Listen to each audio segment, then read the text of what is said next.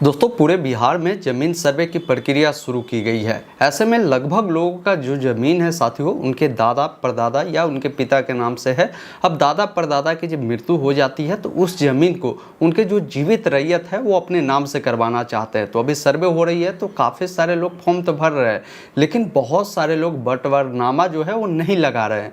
बंटवारनामा अगर आप साथियों नहीं लगाएंगे तो ऐसी स्थिति में आपकी ज़मीन कभी भी आपके जितने भी अभी जीवित रैयत है उन सबके नाम से अलग अलग नहीं किए जा सकते हैं। ऐसे में आपकी खतियानी एक ही बनाई जाएगी, उसमें अब बाद में आपको खुद ही उसका जो बंटवारा है आपको करना होगा। ऐसे में अभी आप चाहते हैं कि इस भूमि सर्वे में ही आप सभी की जो पारिवारिक बंटवारा है वो अलग अलग हो जाए, जितने भी जीवित रैयत है उन सबका अलग अलग खतियानी खुल जाए। तो ऐसे स्थिति में आपको एक बंटवारनामा जो है बनवाना बिल्कुल ज़रूरी है। अभी मैंने हाल ही में एक वीडियो बनाया था जो कि राजस्व एवं भूमि सुधार विभाग के द्वारा अपडेट दिए गए थे। ये वीडियो देख पा रहे होंगे, इसको देखिएगा। मैंने अपडेट के बारे में बताया, इसमें बहुत सारे लोगों ने बताया कि सर बंटवारनामा कैसे बनानी है, इसके बारे में जानकारी दीजिए। साथियों देखिए, बंटवारनामा बनाने की 3 प्रक्रिया होती है।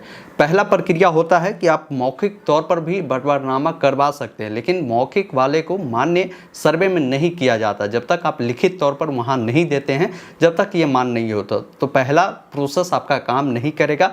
ये मौखिक तौर पर अभी आप बंटवारा किए होंगे, अभी आप हो सकते हैं कि कुछ भाई जो भूमि होगा कोई अलग आगे पीछे वाला ऐसे कर कर सब लोग अपना जोड़ को रहे होंगे, तो ये आपके अपने लिए मान्य है। लेकिन इस चीज़ों को अगर आप चाहते हैं कि भाई सर्वे में हमारा मान्य हो, तो ऐसे स्थिति में आपको आपसी सहमति पंचनामा बंटवारा जो है ये आपको करनी होगी। इसमें होता ये है कि आप सभी को एक सादे पेज पर ये डिसाइड करना होता है कि भाई जैसे मान लीजिए आपने 2 भाई है, जैसे मान लीजिए कोई राम है कोई श्याम है, तो राम लिखेगा कि राम कौन कौन से प्लॉट खाता खेसरा वाला वो जोत रहा है, श्याम कौन कौन सा जोत रहा है। इस प्रकार की आपसी सहमति से बंटवारानामा आपको बनानी होगी और उस पर आप सभी को जो है साइन करने की आवश्यकता होगी। ऐसे में बंटवारानामा बनाने की जो सही तरीका है वो अभी आपको कानूनगो सर बताएंगे। इस प्रोसेस से आप इसको बनवा कर आप अपने ज़मीन को अलग अलग जो भी जीवित रैयत है उनके नाम से करवा सकते हैं। ये बहुत ही इंपॉर्टेंट वीडियो है आप सभी के लिए। बंटवारनामा कैसे बनानी है पूरी प्रोसेस आपको इस वीडियो में बताई जाएगी। वीडियो अगर आपको पसंद आए तो आप सभी से निवेदन रहेगा साथियों कि इसे लाइक कर दीजिए और इस प्रकार की लगातार अपडेट आपको मिलती रहे तो चैनल को सब्सक्राइब कीजिए, ताकि आगे भी इस प्रकार की जो भी अपडेट होगा साथियों मैं देने का काम करता हूँ। आपने देखा भी होगा मैं हर अपडेट आपके लिए लाता हूँ, तो चैनल को सब्सक्राइब करना मत भूलें। शेड्यूल जो है वो बंटवारा का एक फॉर्मेट है। वो किस के जैसे आपके पूर्वजों के नाम पे कोई ज़मीन है और पूर्वजों की मृत्यु हो गई है और अभी आपके कई वंशज हैं, तो सभी के बीच में जो बंटवारा हुआ है, जो आप लोग ज़मीन का बंटवारा करके रह रहे हैं, जो जोतकोर कर रहे हैं, उसको एक पेपर पे उतारना है। और पेपर पे उतारने का तरीका होता है, उसमें सबसे पहले आपके जो पूर्वजों के नाम पे जितनी ज़मीन है वो लेफ़्ट साइड में आप उसका एक कॉलम बना दीजिएगा कि पूर्वज का नाम ये था, उनके पिता का नाम ये था और उनके पास इतनी सारी ज़मीन थी। उसमें आपको लिखना है खाता संख्या, खेसरा संख्या, उसका रकबा और उसकी चौहद्दी। चौहद्दी आप लिख सकते हैं जो आपका पेपर पे दर्ज है उस अनुसार भी लिख सकते हैं या वर्तमान के अनुसार भी दर्ज कर सकते हैं। तो ये चीज़ आप एक साथ उतार दीजिएगा कि आपकी टोटल ज़मीन आपके पूर्वजों के नाम पे कितनी थी। अब बात आती है कि उस ज़मीन का बंटवारा कितने लोगों के बीच में वितरण किया गया या कितने लोगों के बीच में बंटवारा किया गया है। तो वो सारे लोग जिनके बीच में बंटवारा किया गया है वो मद वाइज नंबर अलग अलग कॉलम बना दीजिएगा। जैसे मद नंबर 1 में एक आदमी का नाम रहेगा, एक पक्ष का नाम रहेगा, उसके बाद फिर कोई दूसरा पक्ष जिसके बीच में उसका बंटवारा हुआ है तो मद नंबर 2 लिख के उनका नाम लिख दीजिए, उनके पिता का नाम लिख दीजिए, मद नंबर 3। इस तरह से जितने लोगों के बीच में बंटवारा करना है आपको उतना कॉलम बनाकर ऊपर में उनका नाम अलग अलग दर्शा दीजिए। और नाम दर्शाने के बाद जो आपका बंटवारा है, जो ज़मीन कुल ज़मीन है, उस ज़मीन में ज़मीन का बंटवारा एक्चुअल में 2 तरह से होता है। एक तो ये है कि जैसे एक प्लॉट है और एक ही प्लॉट में अगर 4 भाई हैं तो उसको 4 पार्ट में कर दीजिए और 4 पार्ट में करके उसको अलग अलग हिस्सा दर्शा दीजिए।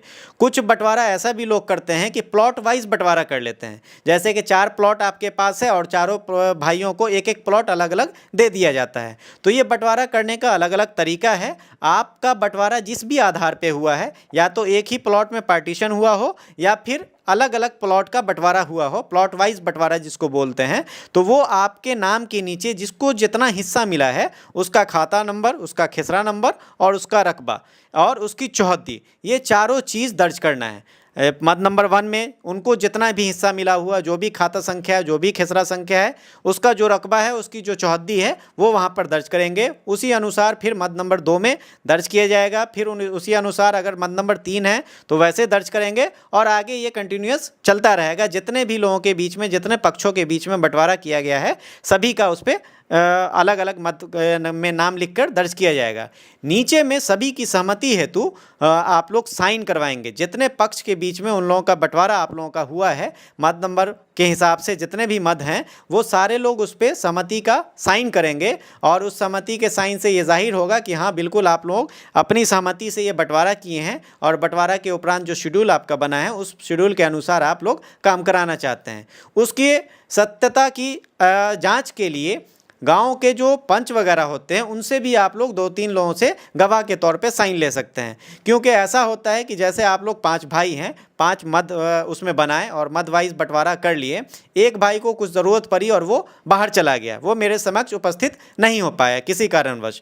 तो वैसे कंडीशन में क्या होता है कि बाद में हो सकता है वो भाई का साइन वो सही में किया है या उसका साइन किसी और के द्वारा कर दिया गया है, ये संशय की स्थिति बनती है। ऐसी संशय की स्थिति बनने के लिए जो आपके गांव के समाज के जो पंच होते हैं, जो गवाही के तौर पर जिनकी उपस्थिति में आप लोगों का बंटवारा हुआ है, जिनके उपस्थिति में आप लोग बैठ के सारा अपना बंटवारा किए हैं, तो वैसे लोगों का उस पर हस्ताक्षर 2-3 लोगों का करवा दीजिए ताकि ये सत्यापित हो जाए कि उनकी उपस्थिति में ये बंटवारा किया गया है। और अगर वो सत्यापित कर देते हैं, इसका मतलब कि 5 अगर भाई हैं आपके, 5 मद है उसमें, तो पाँचों भाई वहाँ पर उपस्थित थे तभी बंटवारा हुआ है। एक तरह का ये वेरिफिकेशन हो जाता है। उसके बाद हम लोगों को भाई अगर कोई उस पर संशय की स्थिति बनती है तो उसका अपने स्तर से जांच पड़ताल करवाते हैं। नहीं तो जितने लोगों के बीच में बंटवारा हुआ है, सभी लोग अगर उपस्थित होकर वहाँ पर ये वेरिफिकेशन दे देते हैं कि हाँ हम लोग सहमत हैं, इसके आधार पर बंटवारा कर दिया जाए,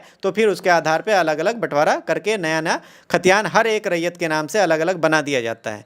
तो ये शेड्यूल जो है, ये एक बंटवारा नामा का फॉर्मेट है। ये किसी भी खुद से भी आप बना सकते हैं या आपके गांव के समाज के जो अमानत का काम करते हैं उन लोगों से भी बनवा सकते हैं। जिन लोगों को जानकारी है वो खुद से भी बना सकते हैं, इसको अलग से कहीं पे बनाने की ज़रूरत नहीं। इसमें बहुत सारे लोगों का ये सवाल होता है कि जैसे एक भाई के नाम से रजिस्ट्री की हुई है और मतलब कोई एक प्लॉट है, जैसे प्लॉट नंबर 5 है, वो एक भाई के नाम से रजिस्ट्री की हुई है 5 डिसमिल, किसी और भाई के नाम से अलग रजिस्ट्री है, वो 10 डिसमिल की ज़मीन है, एक थर्ड भाई हैं उनके नाम से 15 डिसमिल ज़मीन है, फोर्थ भाई के नाम से फिर 5 डिसमिल ज़मीन है। तो सवाल ये होता है कि मान लिया राम श्याम हैं 2 भाई, तो राम के नाम से जो ज़मीन रजिस्ट्री है बंटवारा शेड्यूल में श्याम के नाम जा सकता है या नहीं। तो इसमें बंटवारा शेड्यूल जब आप बनाएंगे तो जो खतियानी ज़मीन है उसमें तो सीधा है कि आपके पिताजी की ज़मीन है और उस पर आप दोनों का हिस्सा है। लेकिन केवाले वाली ज़मीन में भी अगर बंटवारे के समय में कोई प्लॉट हो सकता है कि राम के नाम की खरीदी हुई ज़मीन श्याम के हिस्से में चली गई हो या श्याम के नाम से खरीदी हुई ज़मीन राम के हिस्से में चली गई हो, तो ये भी हो सकता है, वो कोई दिक्कत की बात नहीं है।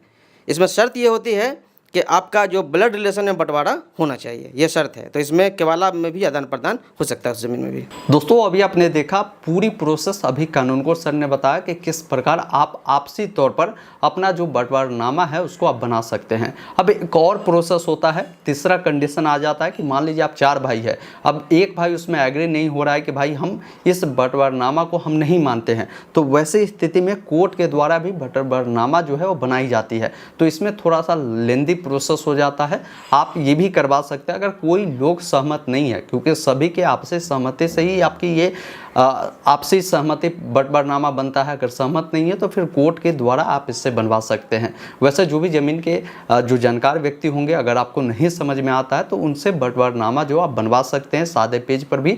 ये सर्वे के लिए बिल्कुल वैलिड है, बिल्कुल मान्य होगा, लेकिन अन्य कामों के लिए मान्य नहीं होगा, ध्यान रखिएगा। बाकी वीडियो आपको कैसा लगा आप कॉमेंट बॉक्स में ज़रूर बताएं। और मैंने भूमि से जुड़ा बहुत सारे वीडियो बनाए आपके डाउट के रिगार्डिंग, वो सारा प्लेलिस्ट हमारे डिस्क्रिप्शन में है, आप जाकर उससे भी चेकआउट कीजिएगा। धन्यवाद, जय हिंद।